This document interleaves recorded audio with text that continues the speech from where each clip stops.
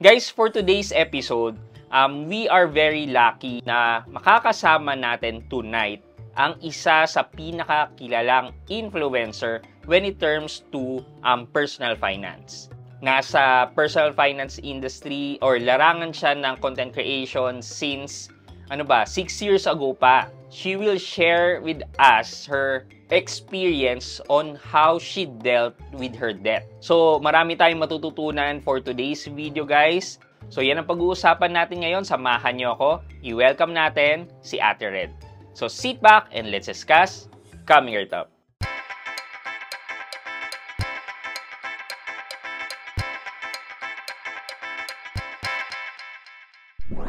Hi! So, we are fortunate today to have one of the bihasa or I should say experience in terms of financial products or loan products. Ate Red, kamusta po? I'm glad that napaunlakan niyo po ako dito sa collab natin. Kamusta po? How's life? Hi, Pat. I'm good. As always, positive palagi yung outlook ko. So, never nyo ako makikitang,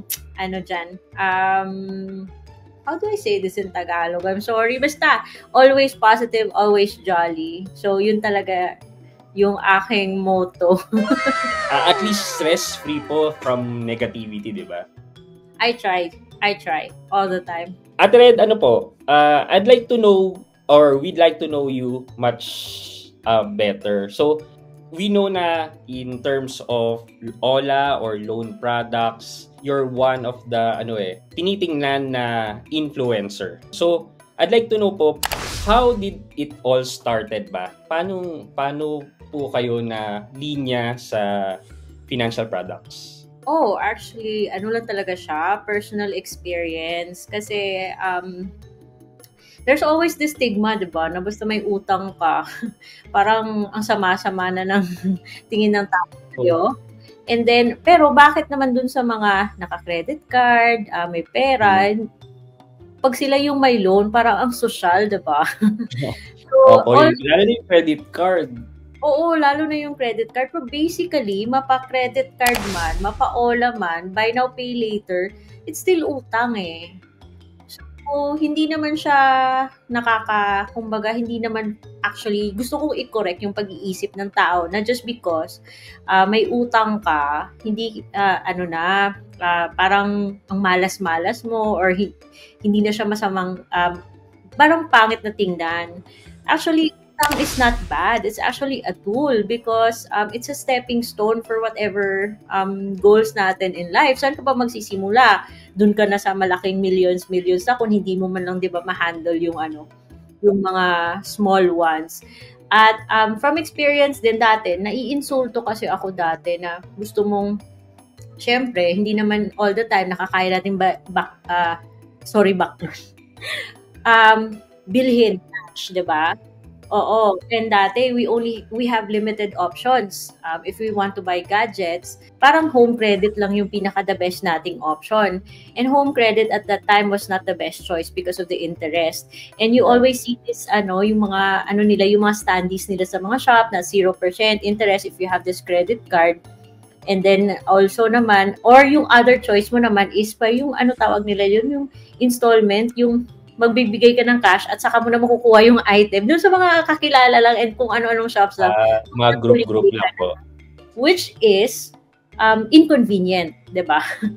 So, I always have yung parang bitter ka na ang sarap siguro ng buhay pag may credit card, di ba? Or ang social, lakas ng makasosyal pag may credit card or napaka-powerful pag may credit card. Yun yung kasi ayun. So, lagi kang bitter, 'di ba? Kasi nag-a-apply ka, but hindi ka ma-approve, 'di ba? So, I realize na iintindihin mo bakit hindi ka ma-approve sa credit card. Bakit hindi ka ma-approve sa mga ganitong loan products? Bakit hindi ka qualified sa mga loan products na maganda yung offer, like low interest, longer terms. Bakit? Bakit palagi kang nauuwi sa home credit? I'm sorry, home credit pero gusto ko... So, sa home credit po ba kayo nagsimula? Oo. Pinahirapan pa ako ng agent. Like, sabi niya, ay ma'am, madidinay ka nito. So, di ba nakakainis? Sasabihin mo, ay, hindi pwede to. Ay, ito. May ganun ka ganito. Parang hirap.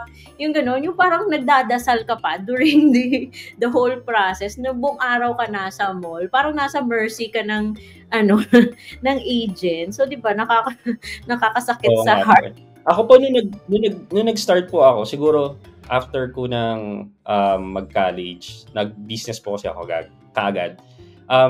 Nasubukan ko umutang, but not home credit. Yung mga parang dito sa mga lugar mga bayan-bayan, merong mga nagpapautang na mga appliances. Dito sa amin, kilala yung Emilio S. Lim. So, sila yung mga nagpapautang ng mga appliances. So, doon ako nagsimula. So, parang umutang ako ng aircon para sa business namin. Tapos, nakita ko nga sobrang laki ng interest. Kaya, wala, parang kailangan ko na that time, pasimula nga, wala kang magagawa. Kasi, wala pa naman kakatapos ko lang mag-college eh. Oh, true. Na-share ko lang po kasi, na-realize ko na, paano nga kung wala tayong means. So ito yung tayo. Oo nga, so yung gusto ko kasing i-correct or not really correct, kasi who am I to say na correct, diba? Pero what I want everyone to understand, kasi pinagdaanan ko rin yan eh. Instead of feeling bad na hindi tayo pwede sa ganito, let's accept bakit hindi tayo pwede sa ganito ngayon. Ito yung sitwasyon natin. And what are our options today? Yung ganon. Just accept what we have or kung ano yung pwede sa atin yan. And then what are we going to do later para pwede tayo dun. Diba? So, here comes CIC. Here comes yung how dapat credit worthiness. So, how do we become credit worthy? Para kung sakali eventually, pag ready na tayo, gusto natin mag-business loan, gusto natin mag-housing loan or car loan, ano yung ma-present natin mga credentials para approve tayo. So, gusto ko talaga accept at the present situation at plan kung anong pwede mong gawin in the future and then just take it one step at a time. Yung ganun. Okay, so paano nyo po nalaman yung pwede nyong gawin? So, like, tinanong nyo po ba si Home Credit na ano ba yung pwede kong gawin? Para mapataas yan o para maging eligible ako? I don't know. Wala akong masyadong na-learn kay Home Credit. Yung sa kay Home Credit, I actually felt like parang dito na lang pala ako forever. Kung kailangan ko laptop, kailangan appliances forever, stuck na lang ako kay Home Credit. Ang taas ng interest, ha? So, but then, back then, kailangan ko talaga ng laptop kasi I needed it for work. And I needed, a laptop na yung better than what I currently have. So, I always have this feeling. So, talagang bitter ka. Sana kung may credit card ako, mas mura yung laptop, for example. Yung binili ko dati kay Home Credit is, example lang to 39,000 yung laptop. Kailangan mong mag-down ng 12,000 and then you end up paying mga 50-something plus. So, di ba, ang laki? So, kung meron ka namang credit card or if kahit na si Bill is, kung meron na dati, di ba si Bill is 4.10 lang effective, including the charges. So, 'di ba, mas mababa. So, yun, may existing na akong kay Home Credit. 'Di ba alam yung mga ads sa Facebook na kapag meron kang ganito, meron kang app, doon mo nalalaman na doon sila nagse-serve ng ads na merong ganitong online loan platform. So, ang dami ko pang nasubukan mga online loan platforms kasi syempre kailangan you need to make ends meet.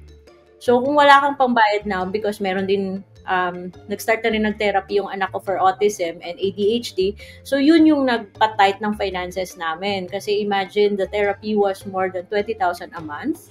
So, the additional expense yun. So, anong year pa po Ate Red? 2018, 19, mga yun. So, nag-try ako may Atome, ano ba yun? Tala, Kasyalo, yun. Pero yung na-learn ko talaga, yung pagiging responsible borrower sa kay Tala. Because, alam mo si Tala nagsisend ng mga newsletters na sinasabi niya, nagre-remind siya about the importance of taking care of your records kasi nagre-report siya sa CIC. So, doon ko nakilala sa CIC. And so, what is CIC? Meron na pala tayong ganon. Kala ko kasi wala tayong ganon. Kasi we always have this thinking as Filipinos na, wala yun. Wala makukuha sa utang. walang nakukulong sa utang, yung ganon. Or yung sa credit card, kung hindi ka makabayad, eventually, pwede ka naman magkaroon ng secured credit card, di ba? So, basta sa ibang bangko. So, parang hindi tayo masyado nag-aalaga ng ating credit worth. And doon ko na-learn si CIC kay Tala. So, sabi, meron pa ng ganon na doon nare-report yung ating, pero I don't know how related CIC is with the NFIS or Negative File Info System kasi yun yung mas ginagamit ng bangko eh. Kung meron kang mga bounce checks, yung mga, meron kang mga credit cards or canceled credit cards or mga loans na hindi nabayaran, iba rin yun eh. So, si CIC, so doon ko nalaman na after 3 years, pagbayad ka na, eventually mawawala yan sa credit report mo. And there's this such thing as a credit score, yung meaning na pag 700 yung and above, malaki yung chance mo na ma-approve ka. So knowing that, nabigyan ako ng hope. So may chance pala akong makawala sa mga home credit na to. I'm sorry talaga, home credit. They've been helpful sa akin in the past, but I'm just being honest. So, may pag-asa akong makakawala kay home credit. And then, eventually, yung ganon. And then, nakilala ko si Bill East. And Bill East, nagre-report din siya sa CIC. So, nakaka-excite na you're really working hard. Especially when something is measured in numbers and may report. Nakaka-excite na mag-alaga ng credit history. And moving on. So, syempre, although the cycle is still there, na yung OLA, yung ganon, gamit pag-emergency and then bayad, the cycle is still there, but the more you use and the more you study there. Ako kasi nagbabasa talaga ako. Like, yung mga fine print, binabasa ko talaga yan. May pagka-nerd din kasi. Napraning ako. So, that's why. And also, and then eventually, I stumbled across this article sa MoneyMax na yung benefit of having a secured credit card. And alam ko, dun ko rin nalaman na yung credit card, mabilis tumaas yung credit score mo if you are a good payer.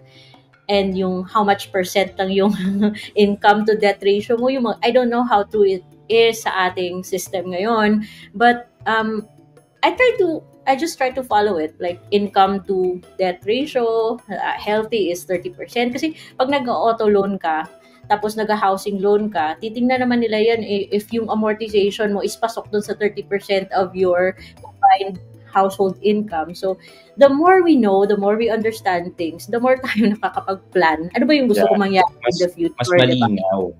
Mm-mm. So, yun. Sabi ko...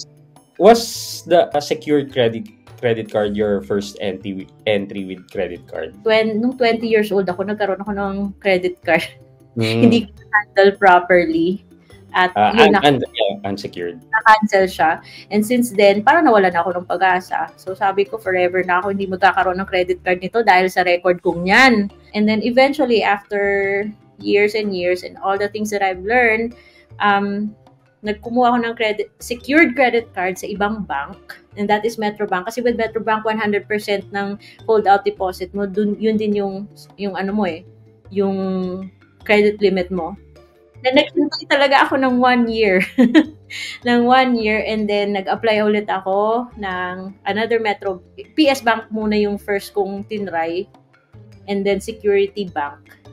And then, na-approve ako sa Security Bank after 1 year kasi ginamit ko as reference yung Metrobank kung secured credit card. And then, hindi ko alam na si PS Bank pala, they share the same system with Metrobank. So, PS Bank yung in-applyan ko, yung na-approve sa akin is, Metrobank pa rin. So, and aside from that, because na-learn ko rin na mas, aside from, meron kang secured credit card, dun ka rin mag-apply ng credit card sa bangko kung saan may deposit ka. Nalalearn ko yan. Yung mga about naman sa banks, dun ko yan nalalearn sa channel mo. Yun. So, wow. Yun nga, dapat it's really important talaga na meron tayong savings kasi nagkakaroon tayo ng relationship with the bank. Yeah, with the bank. And then, pag meron tayong certain amount, it's si bank na mismo yung lumalapit, diba? Yep. So, savings. So, ma-share ko din, Ate Red. Nagkaroon din ako ng siguro isang credit card na mishandle ko before. So sabi ko, it would greatly affect my credit history. And then hindi na ako nag-expect na ma-approvean pa ng additional card. So kung ano yung card na mini-maintain ko, yun na yun. And then nagbukas ako ng ng Security Bank. Deposit account siya. Actually, dollar account. So, yung sweldo ko, bala ko kasi makuha in dollars. So, inisip ko, magbukas ako ng Security Bank na dollar account. And then, hindi ko rin siya nagamit. So, hinayaan ko lang yung deposit ko doon. Siguro nagstay ng around 6 months. Tapos biglang tumawag na sila na nag-o-offer. So, ganun nga na basta mag-maintain ka ng deposit sa kanila, sila na mismo yung lalapit sa atin para mag-offer. Yun kasi yung most Filipinos medyo bitter sa bank, diba? Na bakit yung ganito lang yung pinapahiram, di ba natural, paano ka pahihiramin ng bangko kung hindi ka nila kilala? Yeah. So, paano ka makikilala ng bangko? That is, pag may transactions ka sa kanila. Yeah. So, dapat mag-save tayo, di ba? At saka nakakaingit dati nung bata-bata pa ako, nakikita ko yung mga bigla na lang nauuna sa linya sa bangko. Tapos kinakausap yung mga teller, parang kilala na sila. Tapos iiwan na lang yung passbook at saka yung pera, tapos babalikan na lang. Inisip ko, pwede ba nakaka-bitter, kung hindi mo naiintindihan, parang ang sakit sa loob, Tapos, parang ngayon, pag nagtatransact ako sa bank, kilala na ako ng bank, kilala na ako na mag-claim ako ng remittance ko, tapos diretso sa parang, ewan ko, parang iba na yung versus sa mga normal na tao. So parang naisip ko, parang ganun na rin yung sitwasyon ko dati na bigla na lang pupunta sa counter, iiwan na lang yung passbook or what. Though hindi naman ako preferred client, Ako rin, hindi pa ako malaking deposit naman. So, dapat nga, yung gusto natin as influencers, di ba, is to inform na wag tayong maging bitter kung bakit tayo hindi ganon at the moment. Tulad lang yan, yung sinabi mo na, di ba, syempre, pag nakapila ka, pag nakita ko, ba't ganon? So, syempre, the more na parang you take it negatively, you put it in the back of your mind na, bakit ganun siya? Anong ginawa? How do I become like that later on? Diba? At least nakaka-inspire. Kasi naman, wala ka talagang alam. No, parang, ba't nag-skip yun ng line? Sino ba yun? Ba't ganun? You understand. And just have an open mind na hindi man yun mangyari sa'yo now, then, baka in the future, you will never know. Yeah. So, always positive. Ate Red, like seeing you right now, it seems na na-overcome mo yung mga hardest part and challenges ng your life or yung financial problems mo. So, what can you tell other people na nasa ganung sitwasyon right now? So, like, yung mga tinatawagan ng OLA, hinahabol, yan. Usually takot sila, di ba? Ayaw sagutin yung telepono or what. So, ano yung mabibigay nating advice sa kanila para naman mabawasan yung takot sa loob nila? So, first of all, alamin nila yung rights nila. Relax lang talaga. Relax. Kasi kahit na anong bully nila, kahit na lahat anong pananakot, kung wala kang pera, what are you going to do? Alangan naman tumigil ka sa pagkain, tumigil ka sa pagtatrabaho. Kung walang pera din, wala. Walang pera, chill. Kung kailangan mong i-off muna yung cellphone mo or magpalit ng number, go ahead. Pero that doesn't mean na hindi mo yan babayaran, di ba? Only that, may dapat kang tatapusin sa araw na yan, di ba? May mga responsibilities ka. At tayo yung talo kapag nagpadaig tayo, naging malungkot tayo, naging down tayo, naging depressed tayo yung talo. Kasi pag hindi naman tayo makabayad sa mga OLA na yan, magiging expense lang tayo. They will just write it off as bad debt. Yeah. Kung nagpadaig tayo sa stress dahil sa mga pambubuli nila, then talo tayo. Eventually, makakabangon din tayo. But what are we going to do now para eventually makabawi tayo? And I always have this attitude na kung di kaya, huwag pilitin for now. And just write it down, put it in the back of your mind, go back to it later pag ready ka na. Kasi focus ka talaga kung ano yung dapat mo gawin today. Kasi kung puro ka na lang stress, mas stagnate ka. Stuck ka sa situation mo. But if you focus on things na may control ka talaga, things will keep moving forward.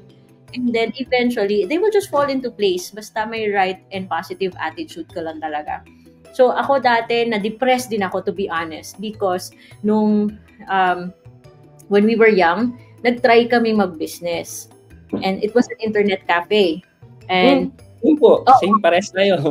yes, it was an internet cafe. We put our heart, lahat, investments, whatever money we have, nilagay mo lahat talaga yun. And then for a while, nag-pick up siya. And we didn't know na dapat mayroon ko palang 6 months na cushion na just in case nag-down, naging because of the season, business keeps going. Yeah. Wala talaga kami. Nothing. So, nung nag-down, wala kaming wiggle room. So, and then plus, wala na nga kaming safety net. Umutang pa kami ng sasakyan. 2 pa. So, parang pares yung ating situation, di ba? So, nung nag-down yung internet, kasi hindi namin nakita na eventually, lahat magkakaroon ng DSL. People would stop going to internet cafes for kasi lahat sa bahay na. Paliit yung demand ng internet cafes. Plus, yung mga malalaking internet cafes, pinatay nila yung presyo. Like, dati nabubuhay kami sa 25 pesos per hour. And then, here comes an internet cafe with 100 units na malapit lang sa amin, nag-offer ng 10 pesos per hour. So, kami, with only 20 units, anong laban namin doon? Diba? So, gaming po ba yung internet cafe nyo? Ha? Gaming po ba yung internet cafe? So, we had to close shop. And then, syempre, wala kang pambayad sa 2 mong sasakyan. You had to, nasira din pangalan mo sa bangko kasi kailangan mong i-surrender. So, na-depressed din ako kasi syempre, you know that feeling na anong mukha yung haharap ko sa mga kakilala ko, yung nakakainis, anong nangyari sa business mo? Ay, wala na pala yun. Nag-close. Hindi na pala internet cafe. Alam mo yung mga kamag-anak, they always find the most hurtful things to say. Yung parang, so, naranasan ko na rin yon. So, sabi ko, what am I going to do? Kasi forever, people will always have something to say. Kahit na yumaman ka, maging mahirap ka, kahit na tumaba ka, pumayat ka, people will always find something negative to say. So, sila ba yung nagpapakain sa akin? Hindi naman. Sila ba yung bubuhay sa akin? Hindi naman. So, what am I going to do now? So, and then there was a time na dahil yun sa nangyari, we avoided people. But then, of course, our lives have to keep going. Anong ginawa ko? Doon ako nag-online job. Kasi ayokong lumabas. Ayokong may kausap. So, doon ako naghanap ng trabaho sa online job. And then, from there, things, resilient ka lang. One step at a time. One step at a time.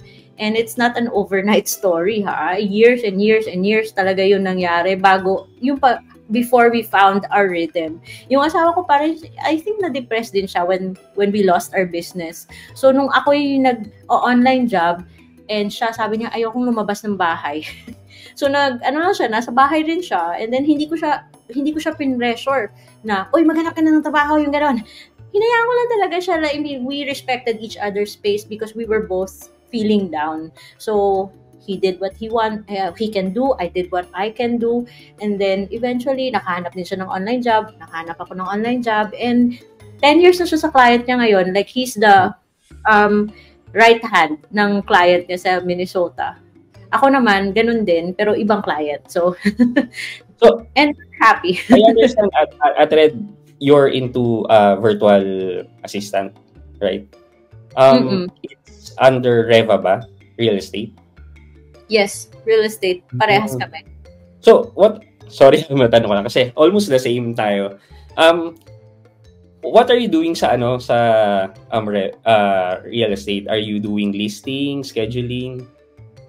All around ako kasi listings, rentals, property management, yung ganun. Pero, rentals and buy and sell din. So, ikaw din na lalagay sa MLS ng mga listing? Yes. MLS, document compliance. I make sure na kumpleto yung signatures. Kaya nga sabi ko dapat pag-usapan. Ikaw lang mag-isa? Or may kasama ka? Kasi yung sa akin, yung style ko kasi is, di ba sa US, meron silang broker and then there are agents under a broker. So yung husband ko, he is under the broker. And then there are, kasi iba-iba yung klase ng VA, di ba? And then the agents under the broker are also under him. Yung ako naman, yung setup ko naman, I am under one of the agents sa brokerage na yan. So, isa lang yung boss ko. That's why, yung transactions ng agent na yan, ako yung nag-handle. Oo, sa akin lahat. So, listing, property management, kasi nag-release din sila ng residential properties eh.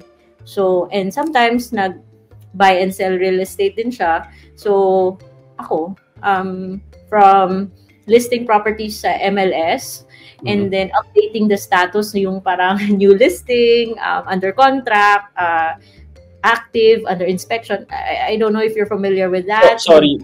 Pending. And natuwa lang kasi ako kasi parang hindi ganun kadalas makapagkwentuhan ng kapwa virtual assistant na and with the same type of job. So, na-amaze lang ako na same tayo ng line of work. So, kahit medyo nalihis na tayo sa topic. Okay. I think we can move on na sa ating next episode wherein magpo-provide po ako sa inyo ng quotes and then let us know kung ano po yung saloobin nyo dito sa mga quotes na to.